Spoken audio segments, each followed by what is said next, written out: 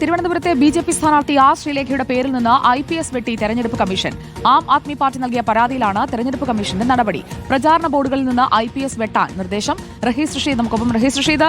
റഹീസ് തന്നെ പലയിടങ്ങളിൽ പലതരത്തിലാണ് ഈ പേര് അച്ചടിച്ചിരിക്കുന്നത് എന്നത് മതിലുകളിലെ അടക്കം ചുമരെഴുത്തടക്കം ചൂണ്ടിക്കാണിച്ചുകൊണ്ട് നേരത്തെ റിപ്പോർട്ട് ചെയ്തിരുന്നു. ഇപ്പോൾ ഒരു പരാതി പോയപ്പോൾ IPS പദവി വെട്ടാനുള്ള നീക്കമാണോ വന്നിരിക്കുന്നത്, തീരുമാനമാണോ വന്നിരിക്കുന്നത്?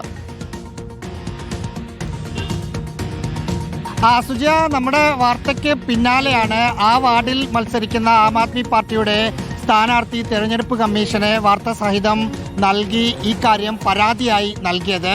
അതിന് പിന്നാലെയാണ് തെരഞ്ഞെടുപ്പ് കമ്മീഷൻ ഈ പേരിൻ്റെ ആർ ശ്രീലേഖയുടെ പേരിൻ്റെ അവസാന ഭാഗത്തെ IPS മാറ്റണം എന്ന നിർദ്ദേശം സ്ഥാനാർത്ഥിക്കും ഒപ്പം ഇലക്ഷൻ ഏജന്റായ BJPക്കും നൽകിയിരിക്കുന്നത്. അതേ തുടർന്ന് ഇപ്പോൾ IPS എന്ന് എഴുതിയിരിക്കുന്ന പല ഭാഗത്തും പോസ്റ്റർ കളറടിച്ച് മായ്ച്ചിട്ടുണ്ട് എന്ന് മനസ്സിലാക്കുന്നു. ചില സ്ഥലത്ത് IPSനൊപ്പം റിട്ടയർഡ് എന്ന് എഴുതി ചേർക്കുന്നുമുണ്ട്. നമ്മൾ മനസ്സിലാക്കുന്നതനുസരിച്ച് IPS റിട്ടയർഡ് എന്ന് വെക്കുന്നതിനെതിരെയും കൂടി പരാതി ഉണ്ട് എന്ന് തോന്നുന്നു. അതിലൊരു തീർപ്പ് കൽപ്പിച്ചിട്ടില്ല. വിവിധ വിവരങ്ങൾ നൽകിയത്.